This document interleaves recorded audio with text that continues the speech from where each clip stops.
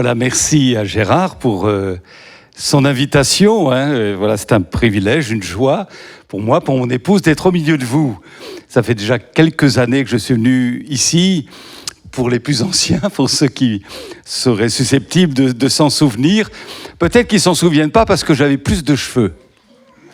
Voilà, et j'étais plus jeune. En tout cas, gloire à Dieu. Alors, c'est vrai que le thème de la famille, alors, c'est un thème très large. On ne va pas aborder celui de la parentalité, les relations avec les enfants, l'éducation des enfants. Ça, c'est un autre registre. On va se préoccuper davantage du couple. Voilà, du couple. C'est vraiment là-dessus qu'on va cibler nos 4 réunions. Ce soir, on va essayer de déceler les facteurs de déstabilisation d'un couple. Demain, on va réfléchir sur le fait qu'un couple, c'est l'union de 2 êtres. Et puis, samedi à 15h, on va parler communication. Voilà, un couple a besoin de communiquer. Et dimanche, on va s'intéresser à la gestion des conflits. Parce qu'on sait très bien que, enfin, je ne sais pas si ça existe, un couple qui n'a jamais connu de tension. Vous en connaissez peut-être à Nantes, il y en a un, mais je ne pense pas. Donc, on va essayer de comprendre aussi quelles sont les pistes qu'on peut explorer pour que, eh bien, nous gérions les conflits de la bonne manière. Ça va, ça vous va ? Et puis, alors, j'ai proposé à Gérard aussi des feuilles avec des questions. Alors, comme on est assez nombreux, ça sera un petit peu compliqué de faire cet exercice pratique. Mais après mes interventions, à la fin de la réunion, vous recevrez un dossier. Et sur chaque partie abordée, vous serez invité en couple à réfléchir. Il y a des questions de poser et vous allez eh bien, les poser à votre conjoint. Est-ce que vous vous engagez à ça ? Oui, d'accord, merci. Et vous allez voir, ça sera bénéfique en fait. Parce qu'il faut être vrai. Voilà, on ne va pas tourner autour du pot, il faut être vrai, savoir aborder les vraies problématiques quand elles existent et faire en sorte que, eh bien, nous ayons tous les ingrédients pour que ça marche. Je pense que quand on se marie, c'est pour la vie. Et quand on se marie, on fait tout pour que ça marche et on va y réfléchir ensemble. Alors, je suis marié bientôt, enfin en tout cas dans 1 an, depuis 40 ans. Ah, quand même, Ma petite femme, elle est au fond là-bas, elle s'appelle Patricia. Tu peux te lever, Patricia, quand même, Voilà, Patricia, voilà. Et donc, depuis 40 ans... voilà, on vit ensemble, on s'aime. Il y a eu aussi des combats, des luttes, parfois des tensions, des joies. La vie d'un couple, quoi. Mais on est toujours debout. Et on déclare sur notre couple qu'on va rester debout, avec la grâce de Dieu. Avec la grâce de Dieu. Ça, c'est important. Puis nous avons eu 2 garçons. Alors, ce sont des grands quand même. Mon aîné a 36 ans et mon deuxième, 33. Voilà. Voilà. Gloire à Dieu. Amen. Alors, on y va ? On y va. La première chose que je voudrais vous dire, c'est qu'il y a une différence entre se marier et réussir son mariage. On est tous d'accord pour dire qu'il y a trop de mariages qui n'aboutissent pas. Trop de mariages brisés. C'est vrai dans le monde dans lequel on vit. C'est une véritable destruction massive de la cellule familiale à laquelle nous assistons. Signe aussi évident du chaos dans lequel le monde s'enfonce et de l'imminence du retour de Jésus. Et comme l'a dit votre pasteur, Satan se déchaîne comme un animal traqué, sachant que son heure vient, il se déchaîne et cible particulièrement le couple et les familles. Et s'il y a bien un endroit de prédilection, si je peux dire la chose ainsi, dans le travail maléfique de Satan, c'est bien celui de la famille. Donc si nous ne veillons pas, si nous n'avons pas les ingrédients bibliques en notre faveur que nous allons mettre en pratique, notre couple est en danger. Irrémédiablement en danger. Et ce n'est pas parce qu'on s'est marié à l'église, qu'on s'est fait baptiser, qu'on est croyant, chrétien, que nous sommes immunisés. Nous avons besoin de toute la grâce et de toute l'onction de Dieu. Qu'en est-il dans l'Église ? On assiste malheureusement, et ce n'est pas un jugement, mais on assiste à des foyers qui sombrent, des couples qui se détruisent, même des jeunes couples, que nous avons mariés dans nos églises, et puis au bout d'un certain nombre d'années, voilà qu'ils divorcent. Chose qu'on ne trouvait pas vraiment dans les assemblées autrefois. Aujourd'hui, ça devient de plus en plus évident et courant. Et ça, c'est un sujet d'interpellation. Quelqu'un a dit, pourquoi faut-il que les noces ne durent qu'un jour et le mariage toute une vie ? Je ne sais pas si vous avez vu ce poster un jour. Il s'agit d'une grande image qui présente un piquet de 1,80 m sur lequel repose une tortue. C'est curieux, hein ? Et puis il y avait au bas du poster, une légende qui dit ceci, « Elle n'est pas arrivée là toute seule ». Vous êtes d'accord avec moi ? Si la tortue, elle est au-dessus du piquet d'1,80 m, certainement qu'elle n'est pas là arrivée toute seule. Et si, je fais le parallèle, notre mariage réussi, c'est pas grâce à une formule magique. On n'en est pas arrivé là tout seul. Il a fallu l'intervention de Dieu, et nous savons que la réussite d'un mariage, eh bien, c'est avant tout l'investissement réciproque, mutuel des deux conjoints.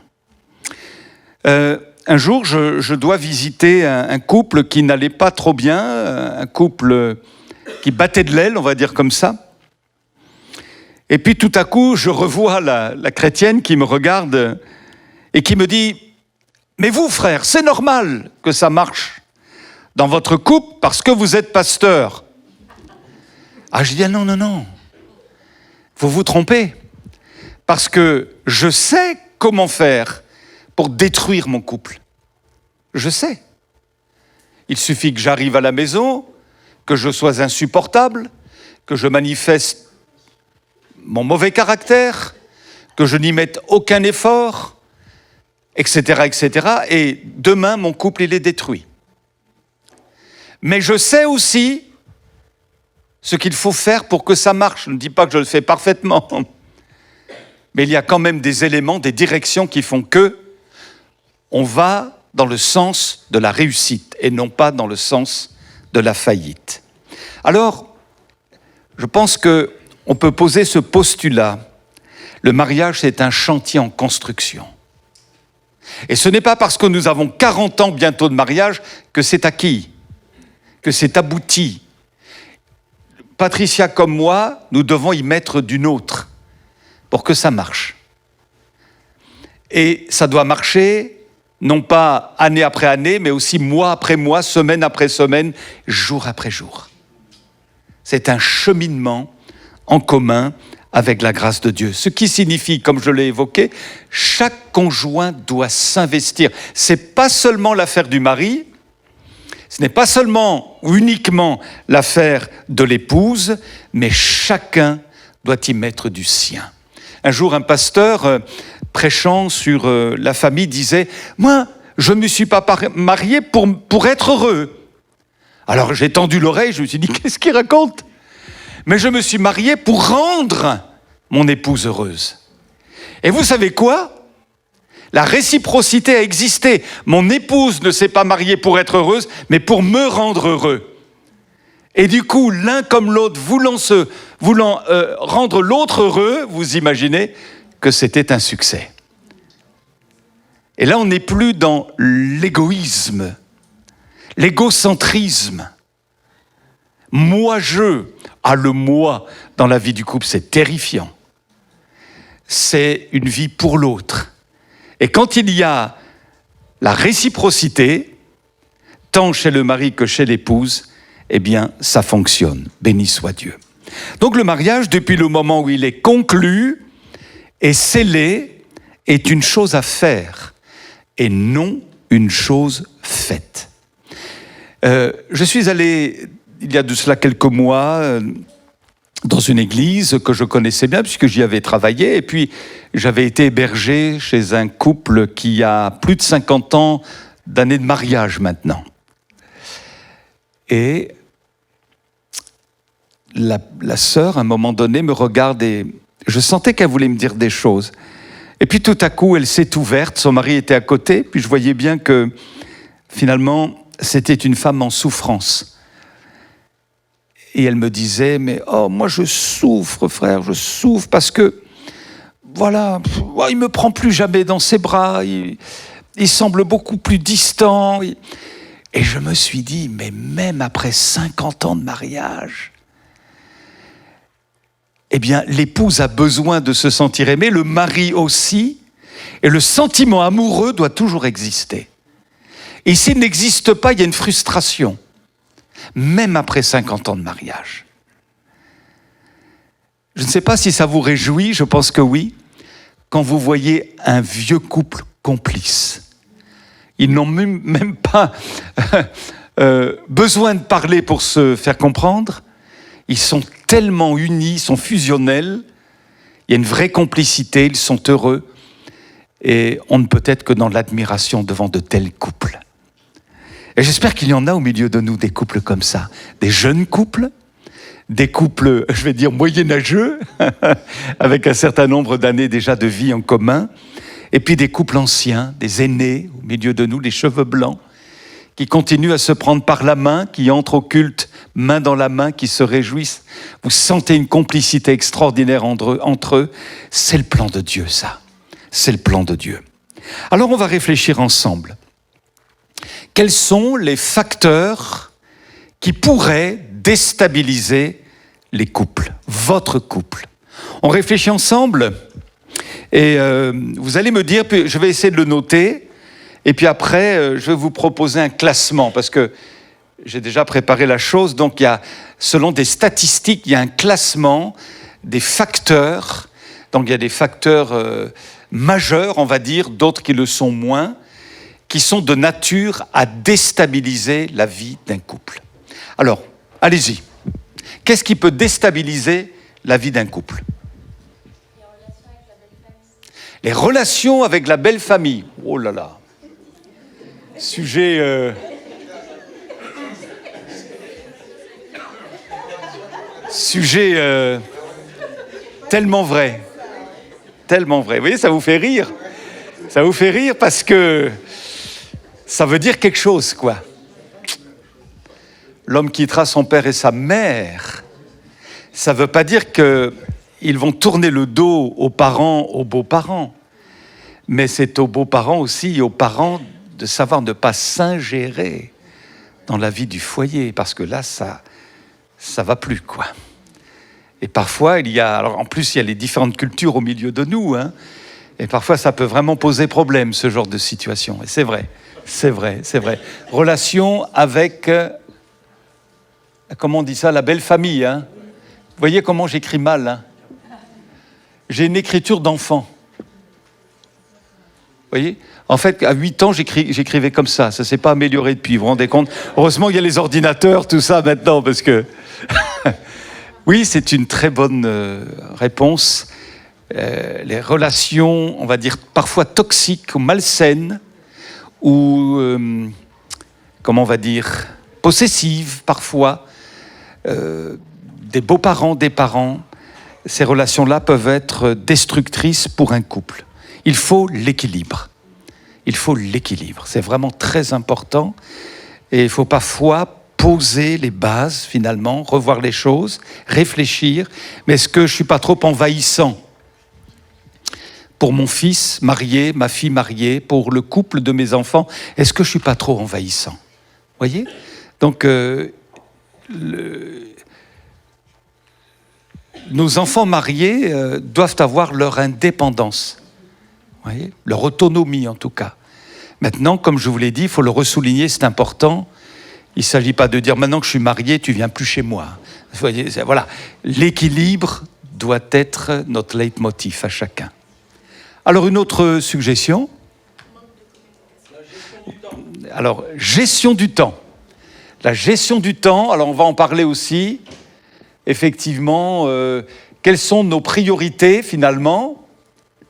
Oui, tout à fait, gestion du temps, c'est intéressant. Quelles sont les priorités? On se rend compte que c'est pas parce qu'on est longtemps ensemble que ça va mieux marcher, mais c'est la qualité du temps ensemble. Vous voyez, par exemple, le petit moment café, vous voyez, les moments comme ça, qui sont importants pour un couple. Il n'y a pas que ça, hein, évidemment. Hein. Gestion du temps. Alors, le manque de communication. Alors oui, je vais changer de crayon, là. Alors, le manque de communication. Je ne sais pas si je vais réussir à mettre tout, hein, mais... Alors, voilà. C'est juste, on va en parler plus précisément samedi. La communication, c'est vraiment important. Allez, allez-y. Le mauvais caractère. Waouh! Oh là là! On a envie de dire, mais pas chez nous quand même. Le mauvais caractère. Pas chez nous. Et pourtant, on se rend compte que c'est un chantier, j'ai dit tout à l'heure, et c'est un chantier où on apprend beaucoup. Juste pour rebondir sur ce que vous venez de dire là, je me souviens d'un couple que j'avais marié. Enfin, j'étais le pasteur à l'époque, donc on avait fait le mariage. Et c'était un couple avec un tempérament très fort, lui comme elle, vous voyez. Et puis, au bout d'un certain temps, pas très longtemps, lui s'est rendu compte que ça n'allait pas pouvoir durer. Ils avaient telle personnalité l'un comme l'autre que lui s'est dit, ça ne va pas durer longtemps, notre histoire. Et là, il s'est écroulé devant Dieu, il a dit, Seigneur, change mon caractère. Il n'a même pas dit, change le caractère de mon épouse. Et je trouve que ça, c'est bien, c'est objectif aussi. D'abord, moi, change mon caractère. Et là, on a une clé de bénédiction et de réussite. Avant de vouloir changer l'autre, d'ailleurs, vous n'arriverez pas à changer l'autre. C'est l'affaire de Dieu. Mais pour favoriser un bon climat, il faut toujours se dire, c'est moi qui dois changer. Avant que ce soit l'autre, c'est moi. Et quand nous-mêmes, nous commençons à changer, à être plus patients, à être peut-être plus à l'écoute, etc., etc. Et on a tous besoin d'apprendre les uns et les autres. On ne sera jamais parvenu, on ne sera jamais à la perfection dans ce domaine-là. Hein, qui peut dire qu'il est parfait dans ce domaine? Personne. On a tous besoin de grandir et de dire, ah là, je me suis loupé, là. Mince. Voyez? Même avec une certaine expérience de la vie du couple, on se dit, ah là, mince, je me suis loupé. Mince, j'ai été gauche. Mince, j'ai mal réagi. Mince, j'étais trop tendu. Mince, j'étais bougon. Enfin, voyez.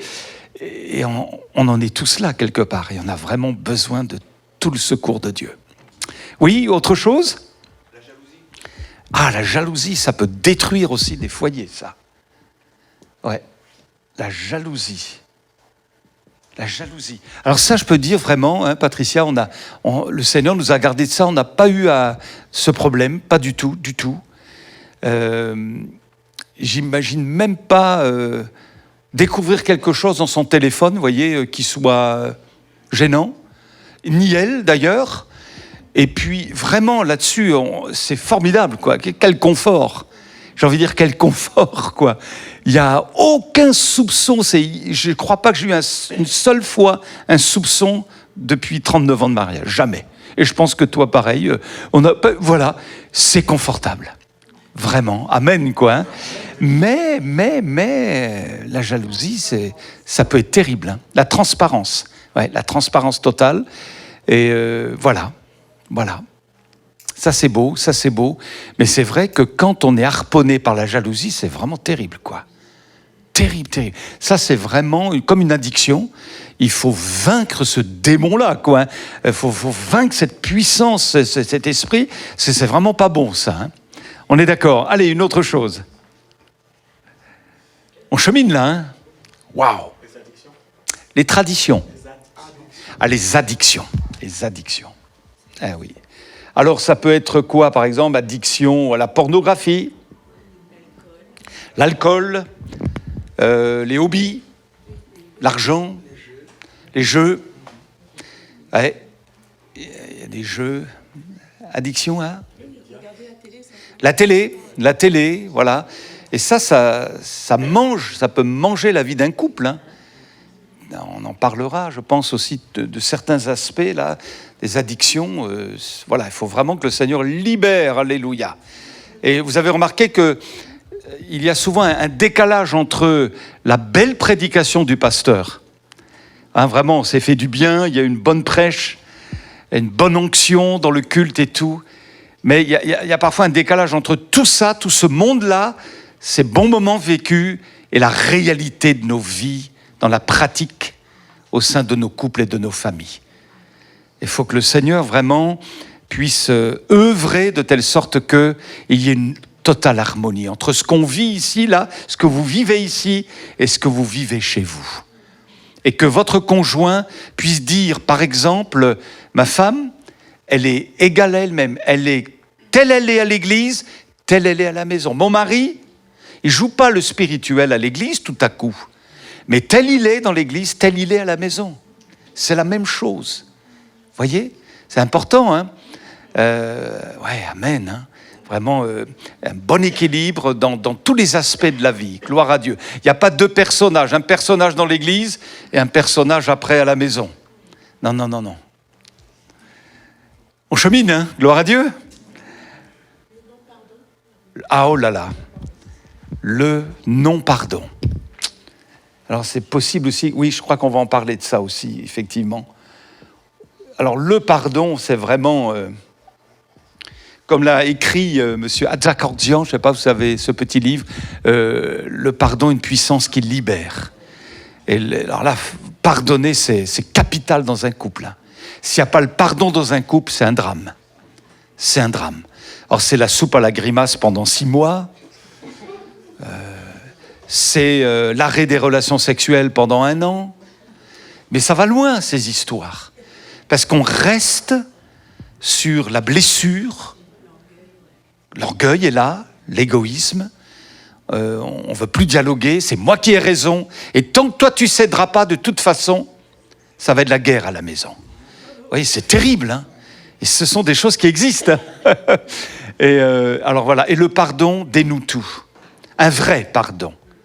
Un vrai pardon, hein. On en parlera, que le soleil ne se couche pas sur votre colère.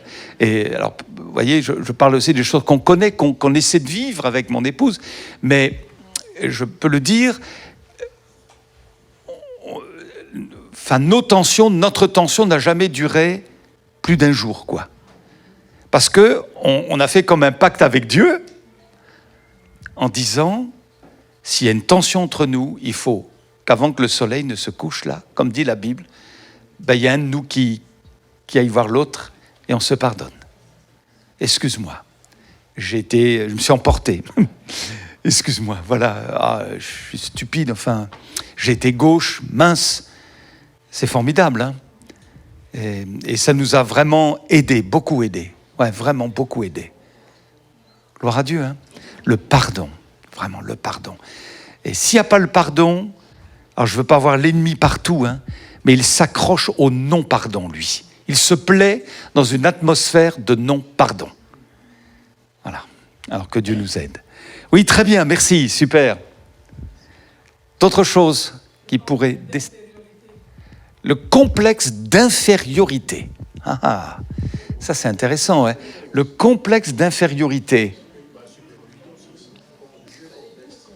Complexe d'infériorité. Oh oh, ça demanderait presque une explication, ça, hein. Complexe d'infériorité, l'autre ou un excès d'autorité, l'autoritarisme, ou de l'épouse ou du mari.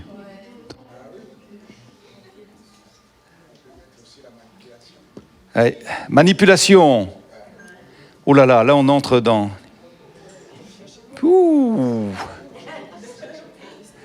autoritarisme, la manipulation, complexe d'infériorité. Alors violence, là c'est vraiment, on va dire,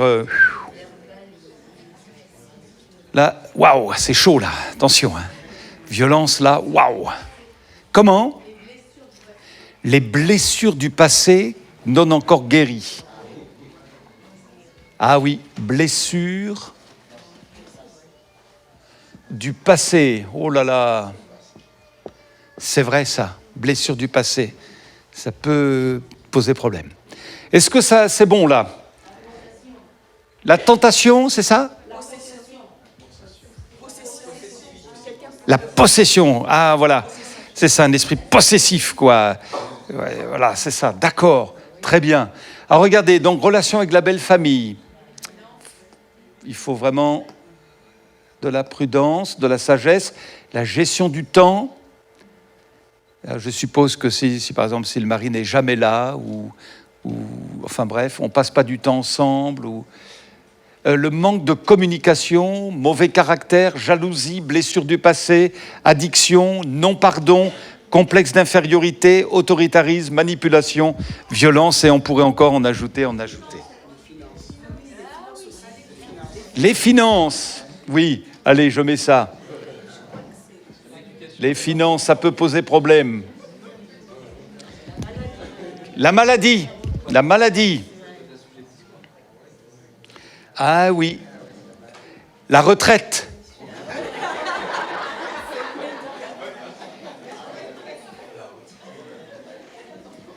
Vous savez qu'il y a des couples qui divorcent une fois qu'ils sont arrivés en retraite. Parce que tout à coup, ils vivent ensemble, tous les deux, alors qu'ils ont travaillé dur. Ils se retrouvent tous les deux, sans avoir d'activité professionnelle, et ils ne se supportent plus. Et ça explose. C'est incroyable. Hein. L'éducation des enfants. Oui, aussi la question de l'éducation des enfants, où on ne veut pas...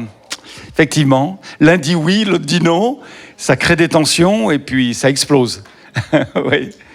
Bien, bah écoutez, vous avez été vraiment très très fort là, super.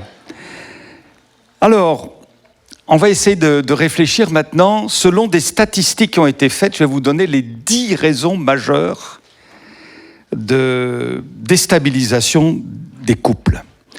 Première raison, une mauvaise communication. Et c'est pour ça qu'on va faire une après-midi là-dessus, samedi, une mauvaise communication. Il y a une vraie différence entre donner des informations et communiquer.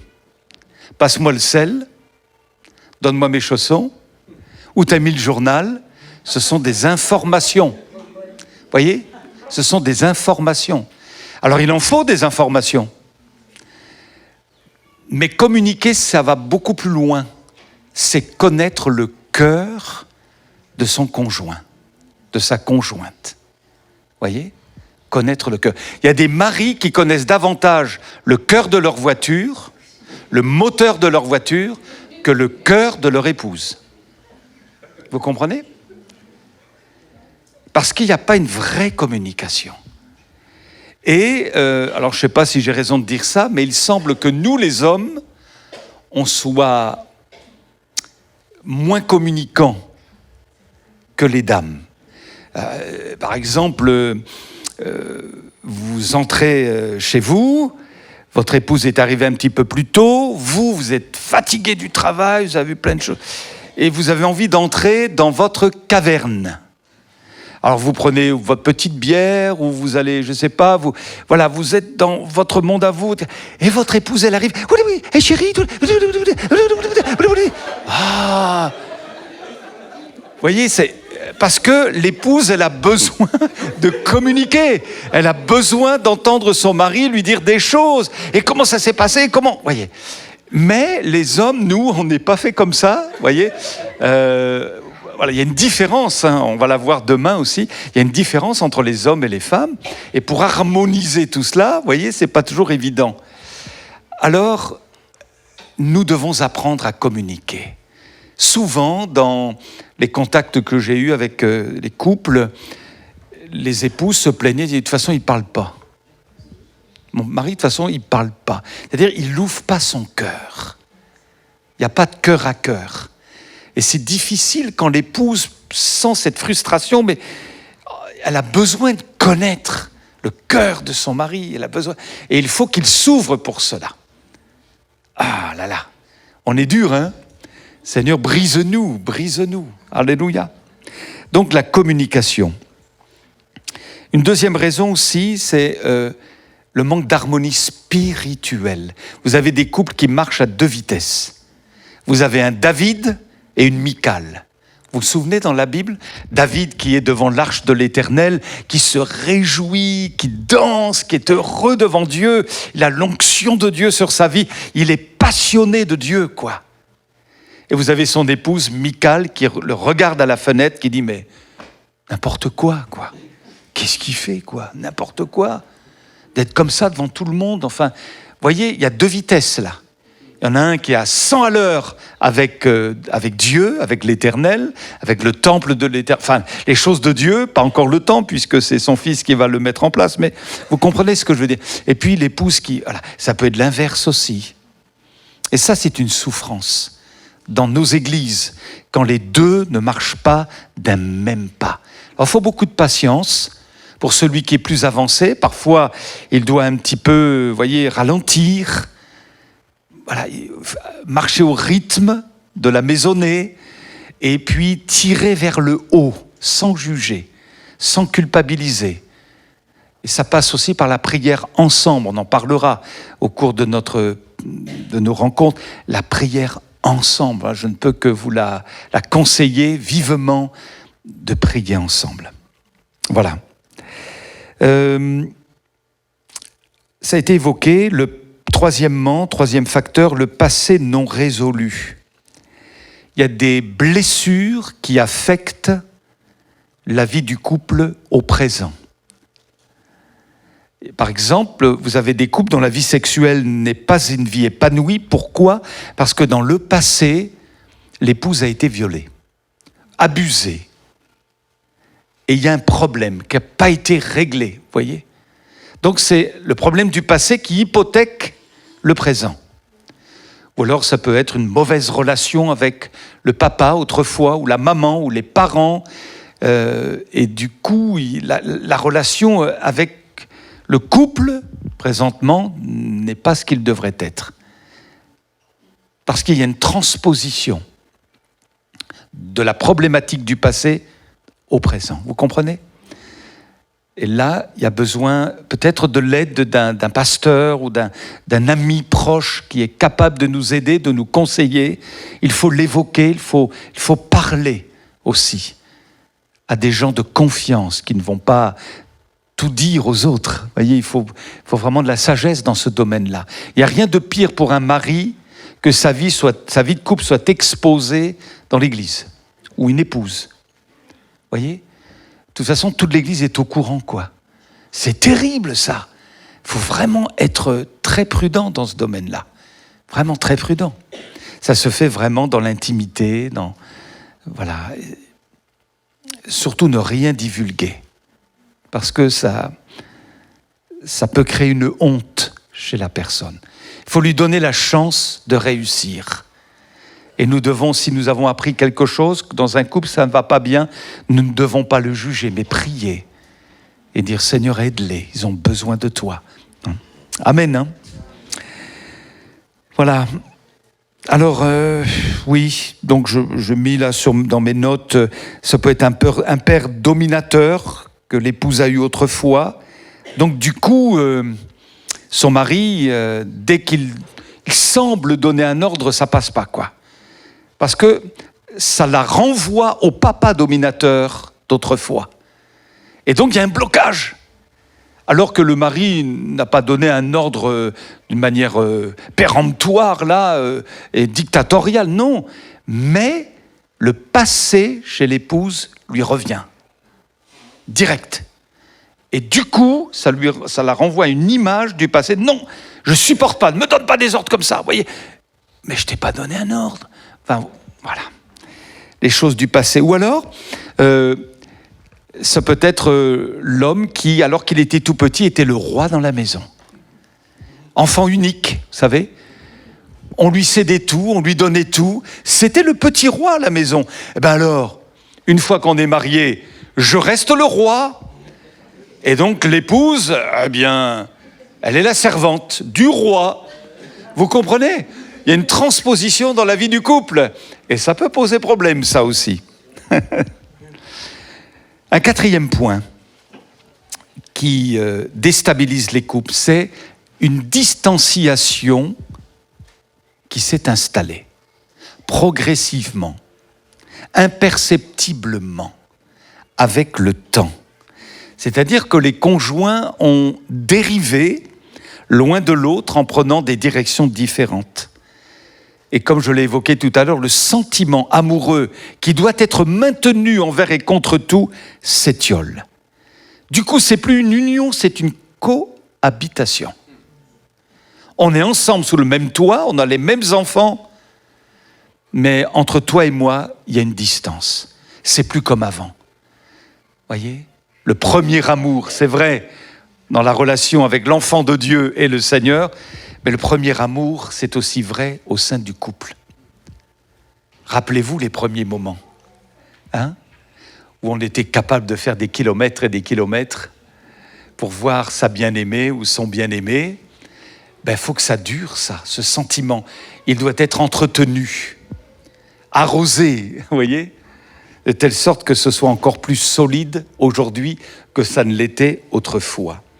J'ai un petit document là sous les yeux que j'ai lu dans un livre, et c'est une personne donc qui a écrit ça, et elle a intitulé « Le mur ». Le mur. Un mur qui s'est dressé dans le couple. Leur photo de mariage se moquait d'eux sur la table, ces deux dont les esprits ne se touchaient plus l'un l'autre. Ils vivaient avec une barricade si épaisse entre eux que ni un bélier de parole, ni l'artillerie du toucher ne pouvaient la renverser. Quelque part entre la première dent de leur plus vieux et la remise des diplômes de la Benjamine, ils s'étaient perdus l'un l'autre. Parfois, elle pleurait la nuit, en suppliant l'obscurité de lui dire qui elle était. Lui était couché à côté d'elle, ronflant comme un ours qui hiberne, inconscient de son hiver. Elle a suivi un cours d'art moderne, essayant de se trouver dans les couleurs étalées sur une toile, se plaignant auprès des autres femmes des hommes qui sont insensibles. Il est monté dans une tombe appelée le bureau, a enfoui son esprit dans un linceul de papier et de chiffres et s'est enterré dans les clients. Lentement, le mur entre eux s'est élevé, cimenté par le mortier de l'indifférence. Un jour, tentant de se toucher l'un l'autre, ils découvrirent une barrière qu'ils ne pouvaient pénétrer. Et reculant devant la froideur de la pierre, chacun se retira de l'étranger qui se trouvait de l'autre côté. Car quand l'amour meurt, ce n'est pas dans un moment d'affrontement colérique, pas quand les corps enflammés perdent leur chaleur, il gît, haletant, épuisé, expirant au pied d'un mur qu'il n'a pas réussi à franchir. Le mur. Alors s'il y a un mur qui s'est édifié dans votre couple, il faut le détruire au nom de Jésus et retrouver cette fraîcheur d'autrefois. Un autre facteur, ça a été évoqué, la maladie.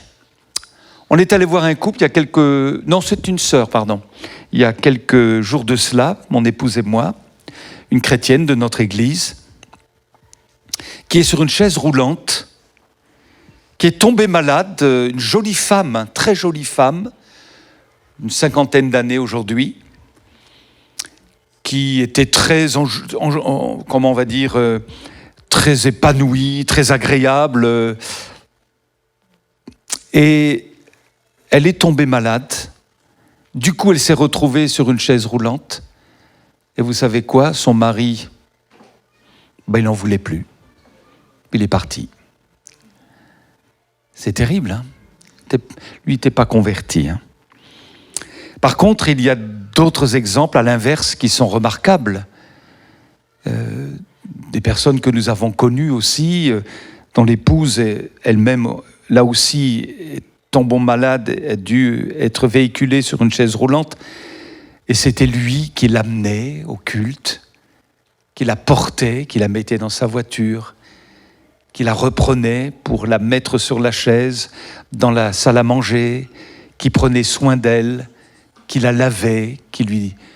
Voilà, et aux petits soins avec son épouse.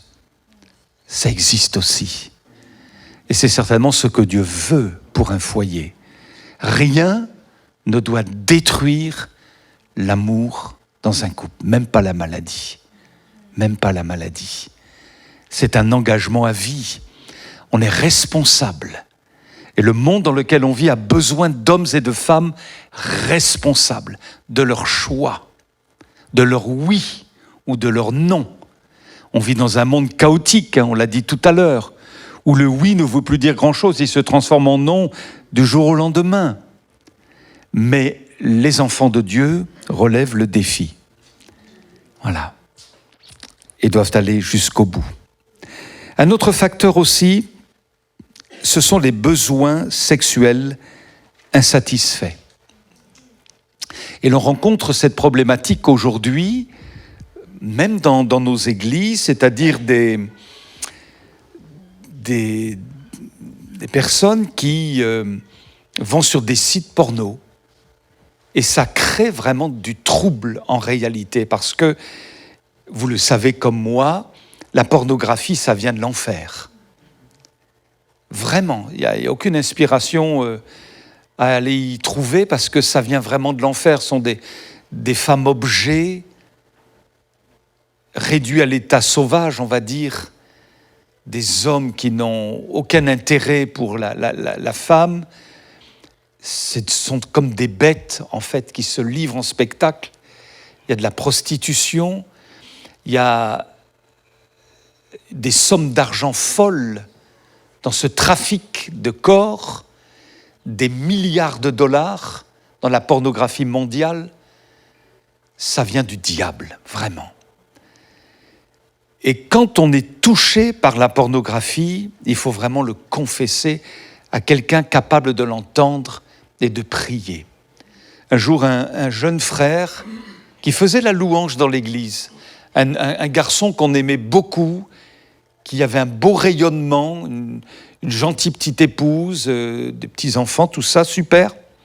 Il me demande un rendez-vous, et puis on discute ensemble. Et puis, finalement, on a parlé de plein de choses, mais je me disais, mais pourquoi il m'a fait venir, quoi ? Pourquoi j'ai cet entretien avec lui ? Je ne comprends pas. En fait, il n'avait pas dit ce pourquoi il m'avait demandé. Et puis, je sentais qu'il n'était pas bien. Puis tout à coup, il dit, Daniel, il faut que je te dise quelque chose. Ah, ça y est, enfin, je ne lui ai pas dit ça comme ça, mais ça y est, c'était le moment, quoi. Il me regarde et il me dit, je suis addict à la porno. C'est comme si j'allais tomber à la renverse, parce que toi, pas toi quand même. Enfin, je ne lui ai pas dit ça comme ça, mais ça a été ma première réaction. Je dis, pas toi quand même, quoi. Et donc il m'a expliqué comment ça s'est passé, et puis ce qu'il faisait finalement. Alors son épouse disait, bon, on va se coucher. Non, j'ai besoin d'être seul un peu. Et donc, c'était devenu une habitude. Donc, l'épouse allait se coucher. Et lui, alors que l'épouse dormait, cloc, il prenait sa souris, il cliquait au mauvais endroit. Et il ne pouvait plus s'en empêcher. C'était devenu une addiction, un vrai poison. Et il savait bien que c'était destructeur, en réalité, pour sa propre vie, son identité d'enfant de Dieu, mais aussi pour son épouse. Il savait bien que ça ne venait pas de Dieu, tout ça. Et il fallait trouver une solution. Alors, connaissant la Bible, il savait bien que celle-ci dit « Confessez vos péchés les uns aux autres, priez les uns pour les autres afin que vous soyez libérés, guéris. » Et le fait qu'il ait pu confesser son péché a été déjà là le commencement de la délivrance. Il faut être courageux pour ça. Vous voyez, il était leader de louange, bon témoignage. Il aurait pu finalement rester comme ça. tromper tout le monde quelque part.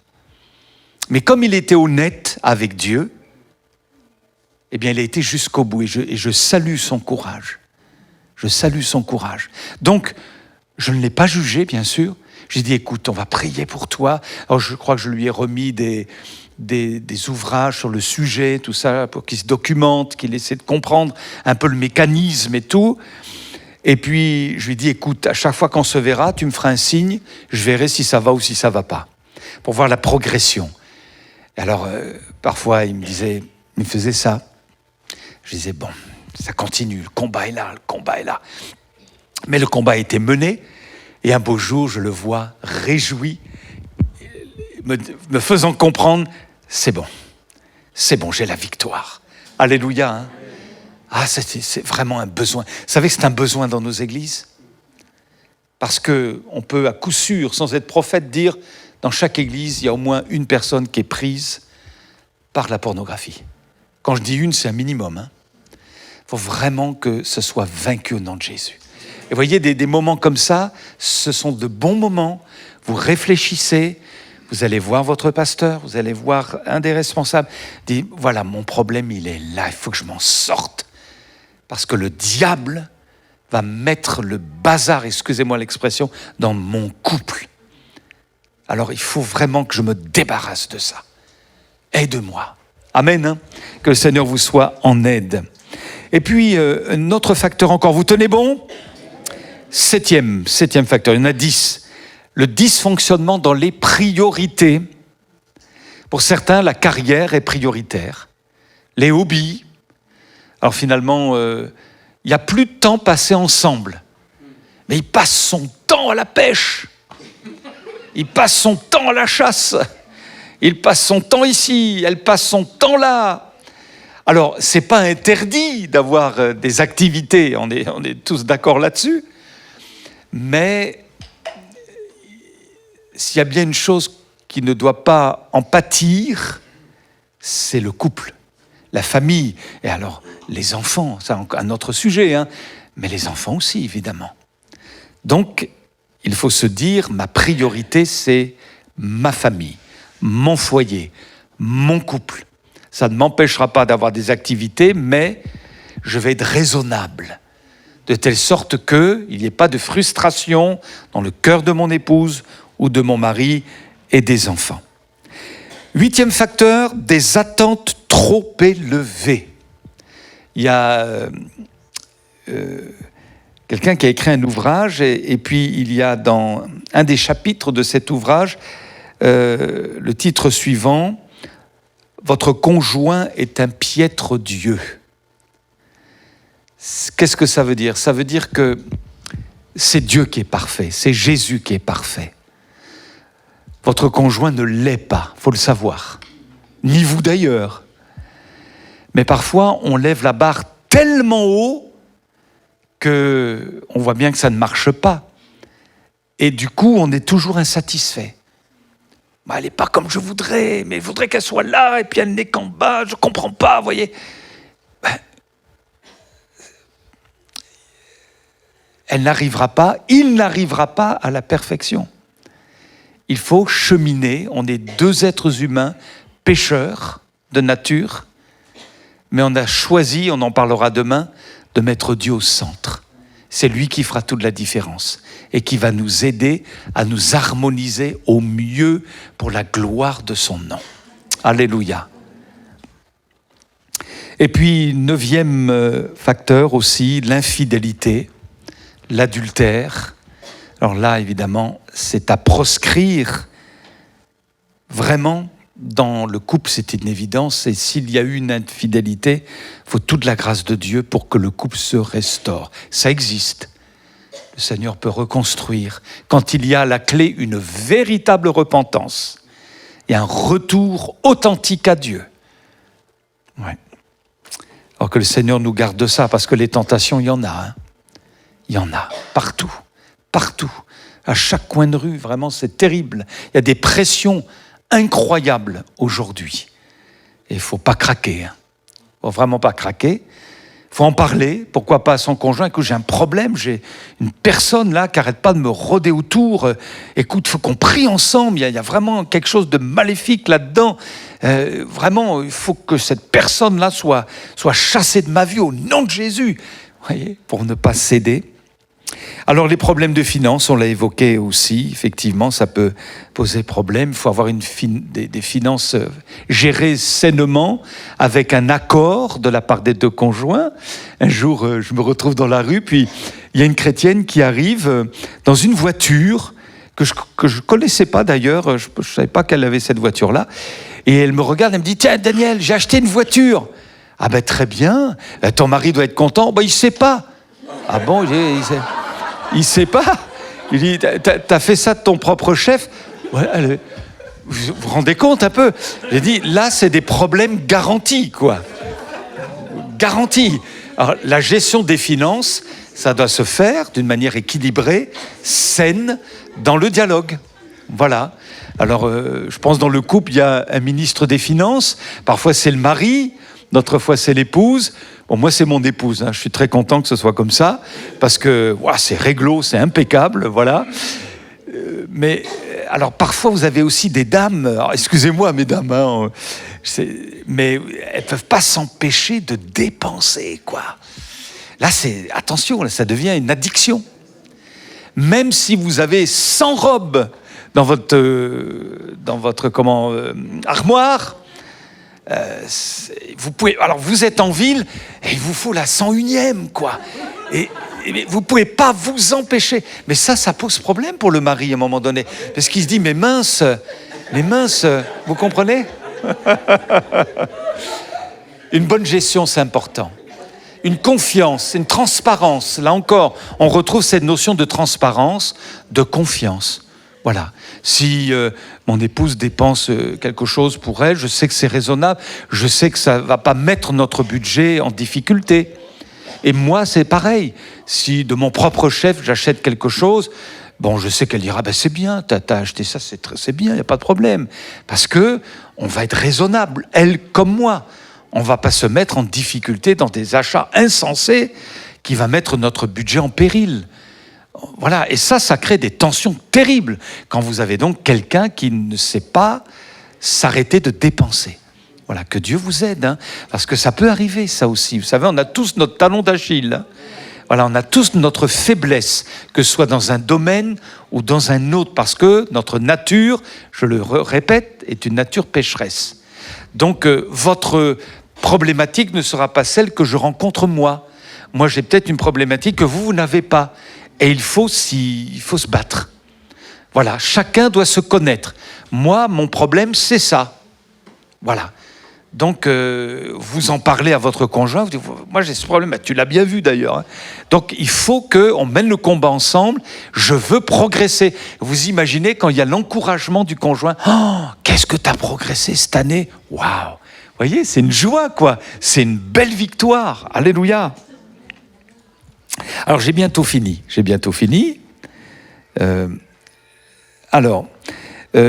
Donc ça, ce sont les 10 problématiques rencontrées qui sont majeures. Dans d'autres séminaires semblables à celui-ci, donc j'ai noté aussi, vous l'avez noté, manque de pardon, manque de maturité. On parle aujourd'hui d'adolescents. Ce ne sont pas des adultes, ce sont des adolescents.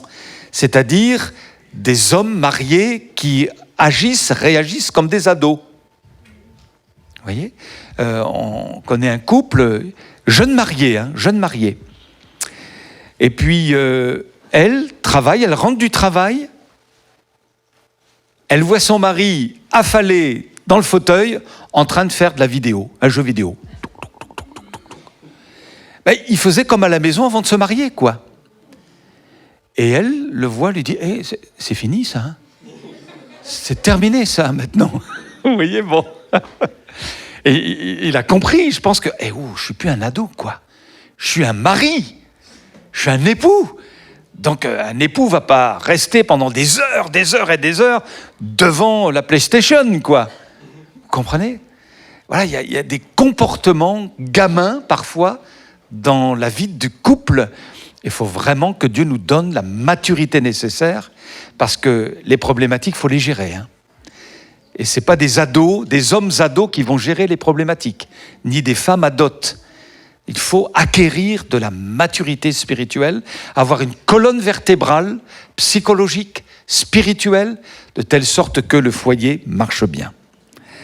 Alors, l'appât du gain, l'égocentrisme, la retraite, on en a parlé tout à l'heure, manque de flexibilité aussi. Il y a une psychorigidité chez l'un ou l'autre des conjoints. Et ça, c'est... Entre le laisser tout faire et la psychorigidité, il faut trouver un juste équilibre.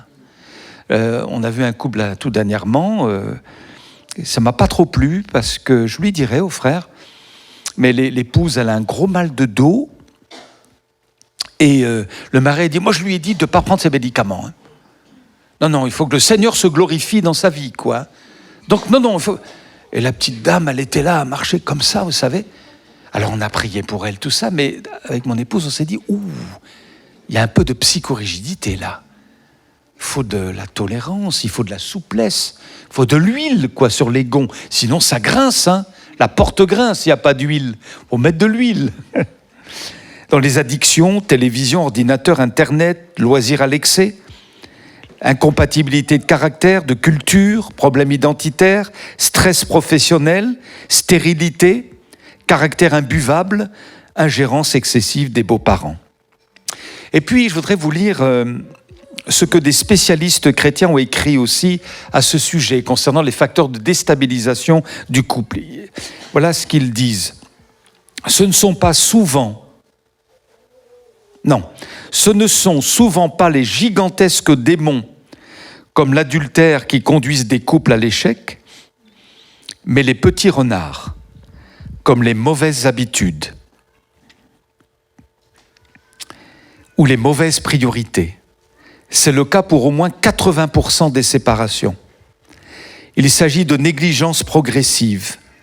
Ils ne prennent plus soin de leur couple, ne règlent plus ensemble les points cruciaux et fixent d'autres priorités. Souvent, la relation n'est pas entretenue et l'amour reste sur sa fin. Maintenant, bonne nouvelle, la prévention est possible si les deux conjoints s'impliquent à nouveau. Quand une profonde amitié, de bonnes expériences communes et une prise de conscience lient deux personnes, les malentendus se dissipent et les conflits ne prennent pas des proportions démesurées. La conclusion, un mariage heureux ne va pas de soi, la communication et un travail persévérant restent nécessaire. Voilà. Que le Seigneur vous aide vraiment, les uns les autres, mais c'est possible. Alors gloire à Dieu, là où ça marche, prenez-les comme modèle. Gloire à Dieu, que Dieu les bénisse. Et puis là où c'est plus compliqué, eh bien, il faut être plein d'espérance. Parfois, il y a des couples qui sont vraiment au bord de la catastrophe et qui, par la grâce de Dieu, ont été restaurés. D'autres, non. Mais en tout cas, il faut être plein d'espérance et croire que tout est possible à celui qui croit. Amen. Donc, soyez bénis. Alléluia. Soyez bénis. Alors, celui qui vous parle n'est pas parfait, parce que j'ai mon épouse au fond, là. Et attention, si je dis une bêtise, elle dit, mais dis donc, Daniel. Donc, c'est avec humilité que je vous dis tout ça, sachant que je suis en marche aussi, vous voyez. Voilà, et je sais que j'ai besoin moi-même de progresser, que tout n'est pas gagné. Voilà, il y a encore des efforts de mon côté à faire. Mais Dieu veut le meilleur pour chacun, j'en suis persuadé. Et pour ceux qui ne sont pas mariés, ça vous donne les billes aussi, quelque part, pour que vous compreniez que ça ne va pas de soi, c'est à construire, et faites très attention au choix de votre conjoint. Quelqu'un a dit, la chose la plus importante après la conversion, c'est le choix de son conjoint. Alors vous pouvez vivre une magnifique conversion, mais si vous êtes mal marié, ça va gâcher la fête. Par contre, un bon mariage qui tient la route, qui prospèrent en Christ, c'est une vraie bénédiction. Ça ne veut pas dire que tout est parfait, je le répète, mais vraiment c'est une bénédiction. Et le jour où vos enfants, étant grands, vous regardent et vous disent « Papa, maman, eh bien, je voudrais que mon futur couple il soit comme le vôtre. » Alors là, c'est le plus beau des cadeaux que votre enfant puisse vous faire. C'est pas vrai? S'ils vous disent ça, vous avez gagné, quoi. Vous avez remporté une belle victoire. Alléluia. Amen. On prie ensemble? Alors, vous aurez donc des questions. Gérard va vous communiquer ça, pour les couples qui souhaitent donc avoir... Alors, les points de déstabilisation de notre couple, je vous lis les questions. Chacun, donc, de son côté, réfléchit. Citez 2 ou 3 points qui vous apparaissent comme des facteurs de déstabilisation de votre couple, à vous. Donc, l'épouse répond, le mari de son côté, sur la feuille. Quelle attitude pensez-vous devoir adopter pour y faire face? Comment on va gérer ça? Troisièmement, citez 2 ou 3 points qui vous apparaissent comme des facteurs de stabilisation de votre couple. Qu'est-ce qui marche, quoi? Et en couple, ensuite, vous discutez ensemble des questions posées, de vos réponses, et écrivez au moins 2 points d'action sur lesquels vous êtes d'accord de travailler ensemble. Ça fait partie du dialogue, ça. Voilà, alors que Dieu vous aide dans ces discussions. Ne revenez pas avec des yeux au beurre noir, ou des cocards, ou non. Voilà, vous dites, ouais, on a remporté des victoires, on a pu faire le point, et on va travailler sur tel et tel sujet. Amen. On prie ensemble? Merci Seigneur pour ces moments de réflexion devant ta parole. On te loue. Seigneur, tu es vraiment l'auteur du mariage. C'est toi qui as désiré que l'homme et la femme soient ensemble, vivent une belle aventure ensemble sous tes regards. Nous te bénissons, Seigneur, parce que, Seigneur, je crois que tu as aidé beaucoup de couples ici à tenir bon, à faire face à de multiples tensions. Et je te prie pour ceux qui sont plus en difficulté et qui ont besoin de ton intervention. Seigneur, aide-les dans leur réflexion, aide-les à construire, reconstruire là où il y a eu du dégât. Je te prie de les bénir, de les entourer, de les protéger, de telle sorte que le diable ne vienne pas détruire davantage. Fais grâce, s'il te plaît, Seigneur. Oh, que dans cette église, il y ait des couples heureux, non pas dysfonctionnels, mais des couples harmonieux. Manifeste-toi. Viens créer des liens, Seigneur, de complicité, que vraiment il y ait une amitié indestructible dans les couples. Au nom de Jésus, Seigneur, tu détruis les œuvres du malin et tu donnes gloire à ton nom. Et pour les célibataires, Seigneur, pour ceux qui sont en recherche de leur voie, recherche de l'âme sœur, donne-leur la patience. Donne-leur déjà de bien réfléchir sur tous ces points aussi, pour être plus tard, au temps marqué par toi, une véritable épouse selon ton cœur, un véritable mari selon ton cœur. Viens leur donner de la patience au moment même de la tentation. Aide-les à surmonter les assauts du malin. Seigneur, que leur célibat ne se vive pas dans la frustration permanente, mais donne-leur malgré tout d'être dans la joie. Alléluia, tu les bénis, Seigneur. Au nom de Jésus, nous te prions pour les couples divorcés, pour ceux qui ont divorcé et qui sont en souffrance, qui sont blessés. Aide-les, Seigneur, aussi. Fortifie-les, mon Dieu. Oh, soigne leur cœur brisé dans ta grâce. Au nom de Jésus, Amen. Amen. Alléluia.